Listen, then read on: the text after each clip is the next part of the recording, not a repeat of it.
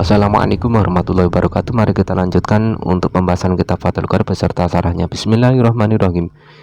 Wa sunanuhu utawi pira-pira sunah atus el gusli tegesi atus iku khamsatu asya lima pira-pira suci-wici. Rupane atas miatu maca bismillah wal wudu ulan wudu kamilan halis sempurna qabla ing dalam sadurunge wudu. Kesunahan mandi ini jumlahnya ada 5 perkara. Yang pertama adalah membaca bismillah, yang kedua adalah wudu sempurna sebelum mandi. Kita lihat pada qauluhu khamsatu asya bi tibari man dzakarahu wa illa faqiya kasiratun. 5 perkara ini adalah dengan mempertimbangkan apa yang telah disampaikan musannaf dalam bab ini. Kalau tidak seperti itu maka jumlah kesunahan mandi adalah banyak. Kama asara ilahi syarihu biqaulihi fi ma ya'ti wa baqiya min sunanil husli umurun madkuratun fil mabsutati. Seperti yang diisyaratkan oleh Kiai Syarah dengan ungkapan beliau nanti, yakni masih tersisa dari kesunahan-kesunahan mandi perkara-perkara yang disebutkan dalam kitab yang diperluas keterangannya. Intinya kesunahan mandi itu jumlahnya banyak, cuma yang disebutkan oleh Kiai Musonef ini hanya 5 saja. Kalau atasnya ini kesunahan yang pertama ya, makrunatan biniati sunanil husli kama maro, yang dibarengkan dengan niat kesunahan mandi seperti yang telah lewat. Wa aqaluha minimalnya membaca bismillah adalah bismillah. Wa akmaluha maksimalnya adalah kamaluha, yakni menyempurnakan bacaan bismillah. Wala yaksutu bil junubu wa nahwu al-Qur'ana balitikra faqat. Orang junub dan semisalnya ini tidak berniat dengan bacaan bismillah tadi terhadap Quran, namun niatnya hanyalah dzikir saja atau dimutlakan. Jadi ketika sampai itu mau mandi kemudian melaksanakan kesunahan mandi berupa basmalah, ini jangan berniat membaca Al-Quran. Kalau berniat membaca Al-Quran saja maka hukumnya haram.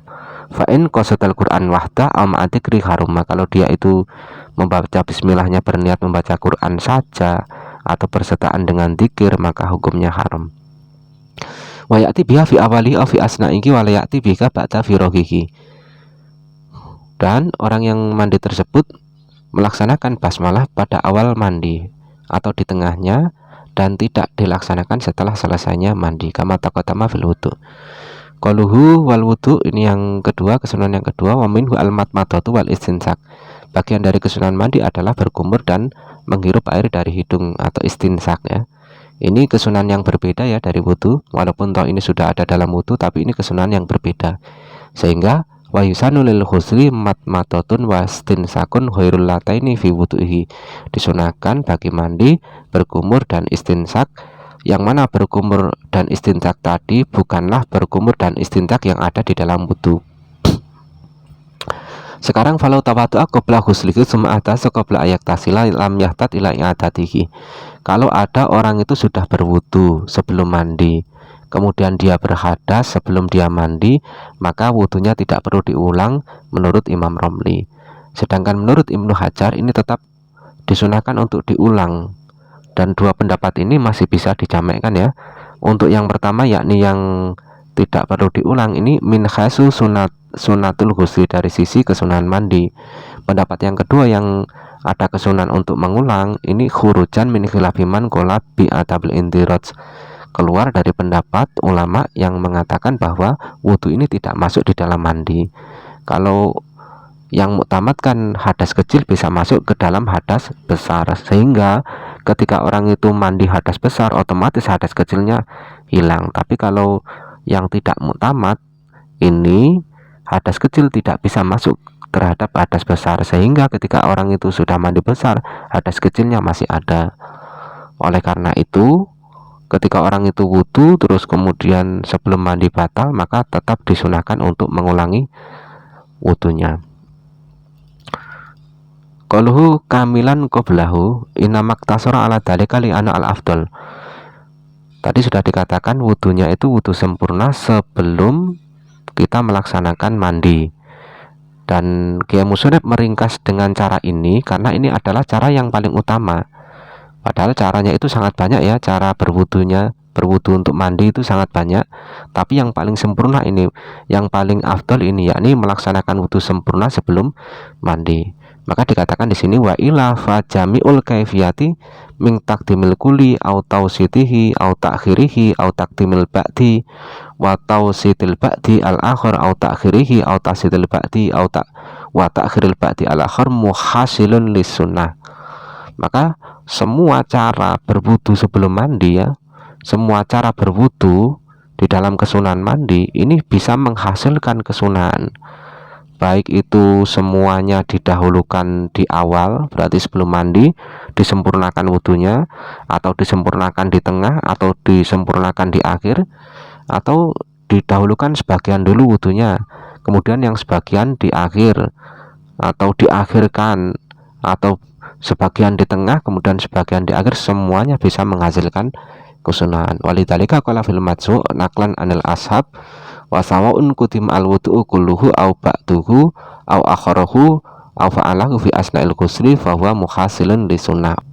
Oleh karenanya Imam Nawawi dalam kitab Majmu' mengatakan bahwa baik wudu itu didahulukan seluruhnya atau sebagiannya atau diakhirkan seluruhnya, maka semuanya bisa menghasilkan kesunahan.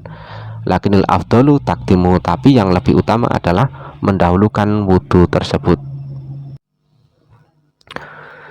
Kita lanjutkan wayan milan niat di kelawan wudu sapa al muktasilu wong kang atus sunatal ghusli ing kesunane atus inta jarotat lamun dadi sepi apa janabatu janabai muktasil anal hadas sing hadas al akhsari kang cilik.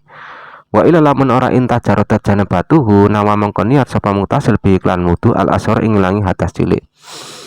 Dan orang yang mandi ketika wudu ini berniat untuk melakukan kesunahan mandi dengan catatan janabahnya tidak bersertaan dengan hadas kecil. Kalau bersertaan dengan hadas kecil, maka dia berniat menghilangkan hadas kecil.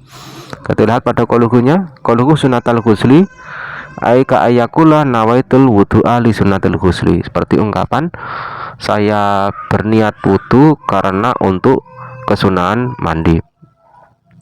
Qauluhu in tajarrajat janabatu anil hadasil asghar ai infaradan anhu ka annadara fa amna atau tafakara fa amna. Bagaimana contohnya orang janabah itu tidak bersertaan dengan hadas kecil? Contohnya seperti orang itu sudah wudu kemudian melihat sesuatu kemudian mengeluarkan sperma, atau berkhayal kemudian mengeluarkan sperma. Ini berarti dia junub saja tanpa hadas kecil. Orang yang wudu itu kan kalau mengeluarkan sperma tidak batal wudunya, hanya dia janabat, begitu saja.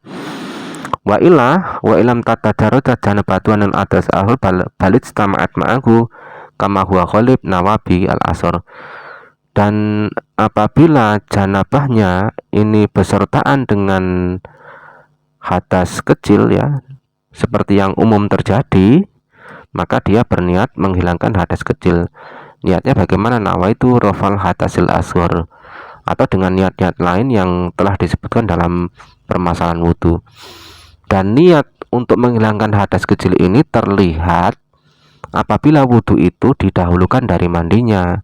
Kalau umpama wudunya diakhirkan dari mandi, artinya sesudah mandi baru wudu, maka niatnya tetap untuk kesunahan mandi. Kalau memang dia tidak mengharapkan untuk keluar dari perbedaan ulama yang mengatakan bahwa wudu itu tidak masuk di dalam mandi. Wa ila nawa rafal hadasi au ghairaha minan niyatil mu'tabarah. Kalau umpama dia ingin keluar dari perbedaan ulama, maka dia berniat menghilangkan hadas kecil atau niat lain yang mu'tabarah di dalam wudu. Intinya seperti ini. Awalnya ketika orang itu janabahnya tidak bersertaan dengan hadas kecil, maka niatnya adalah kesunahan mandi. Kalau bersertaan dengan hadas kecil, maka niatnya menghilangkan hadas kecil itu kalau wudunya dilakukan sebelum mandi. Kalau dilakukan setelah mandi, maka niatnya sama, yakni niat untuk kesunahan mandi, dengan catatan dia tidak ingin mengharapkan keluar dari perbedaan ulama. Kalau dia ingin keluar dari perbedaan ulama yang mengatakan wudu tidak masuk di dalam mandi, maka niatnya adalah untuk menghilangkan hadas kecil. Silahkan diangan-angan sendiri ya. Kita lanjutkan. Wa imrul yadi lan nglakokake tangan alama ing atase perkara wa salat kang tumeka apa yat ilahi maring ma minal jasadi nyatane saking jasad. Kesunahan Mandi yang selanjutnya adalah menjalankan tangan pada anggota yang tangan tersebut bisa sampai padanya. Wayu abaru an hadal imrori bitalki, dan menjalankan tangan ini diungkapkan pula dengan menggosok. Jadi kesunahan wudhu yang selanjutnya adalah menggosok anggota tubuh yang tangan bisa sampai padanya ya. Kita lihat pada koluhunya. Koluhu imroliyati wa yundabu konuhu akibakuli marotin in salasa. Kesunahan untuk menggosok anggota tubuh ini disunahkan pula, ini berarti kesunahan yang berbeda, dilakukan setelah setiap satu kali mandi. Ketika dia 3 kali mandi tersebut, berarti 1 kali sempurna, kemudian disunahkan untuk melakukan yang kedua dan melakukan yang ketiga. Dan setiap 1 kali selesai mandi ini disunahkan untuk menggosok anggota tubuh. Ini kesunahan yang berbeda dari imror ini ya. Kalau menggosok anggota tubuh ini mutlak bebas dimanapun tempatnya, tapi ada kesunahan tambahan, ini dilakukan setiap 1 kali mandi. Kalau memang dia ingin 3 kali mandinya. Kita lanjutkan wal muala tulan nuli-nuli wasabakulan istati lewat apa maknaham anani muala fil wudu ing dalam wudu. Dan kesunahan selanjutnya adalah mualah terus menerus.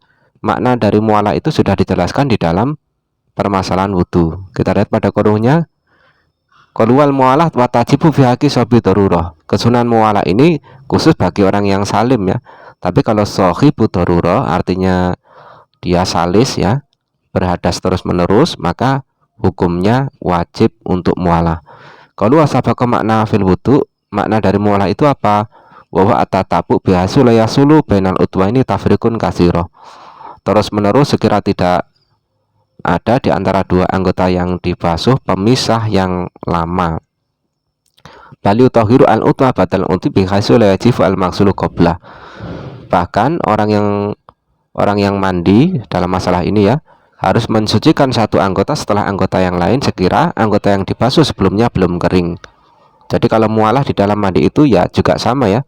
Artinya kalau sampean itu ingin mendapatkan kesunahan mualah, maka antara 1 basuhan anggota dengan anggota lain ini jangan ada pemisah yang lama sekira anggota yang dibasuh sebelumnya ini telah kering.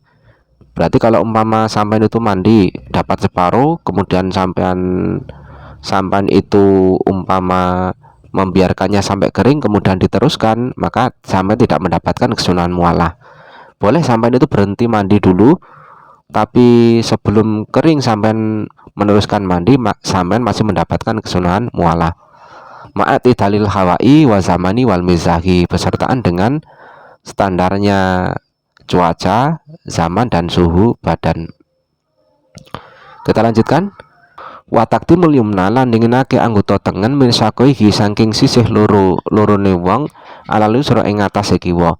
Dan kesunahan mandi yang selanjutnya adalah mendahulukan sisi tubuh sebelah kanan dan mengakhirkan sisi tubuh sebelah kiri. Kita lihat pada koluhunya. Qalu wa taqdimul yumna ila akhir wa taqdimu jihatil yumna min jasadihi dhuhran wa batnan ala jihatil yusra kadzalika. Fayufidu al-ma'u ala syakkihil aiman min kutamin wa min khalfin summa alal aisari min kutamin wa min khalfin wa kullu dalika ba'da khosli ra'sihi. Maksud dari mendahulukan kanan itu bagaimana? Yakni mendahulukan sisi tubuh sebelah kanan, dhahir dan batinnya, kemudian setelah itu baru sisi tubuh sebelah kiri. Maka orang tersebut itu mengalirkan air pada tubuh yang sebelah kanan, sisi tubuh sebelah kanan, bagian depan, bagian belakang. Setelah selesai baru mengalirkan air pada sisi tubuh sebelah kiri, depan dan belakang. Semua itu kita lakukan setelah mengguyurkan air di atas kepala ya. Lanjutkan wa bagian lan isih keri min sunanil khusi sanging pira-pira kesunane atus apa umurun pira-pira perkara matkuratun kang den tutur fil masutati ing dalem kitab kang den jembarake keterangan. Dan masih tersisa dari kesunahan-kesunahan mandi perkara-perkara yang disebutkan di dalam kitab yang diperluas keterangannya. Minha iku setengah sanging sunanil husli atas lisu utai ngaping teloni wa tahlilu sya'ri lan nyela-nyelani rambut. Sebagian dari yang disebutkan di kitab yang diperluas keterangannya adalah 3 kali mandi. Berarti mandi 1 kali sudah sempurna, kemudian kita mandi lagi sampai sempurna lagi, kemudian mandi lagi, berarti 3 kali itu hukumnya sunnah. Wa tahlilu sya'ri, dan menyala-nyalai rambut, entah itu rambut kepala ataupun rambut yang lainnya, ini hukumnya sunnah untuk disela-selai. Tujuannya apa? Agar air benar-benar bisa masuk pada anggota tubuh kita. Oke, pada pertemuan kali ini saya kira cukup sekian ya. Kita lanjutkan pada pertemuan selanjutnya, yakni tentang mandi-mandi yang disunahkan. Saya akhiri, wassalamualaikum warahmatullahi wabarakatuh.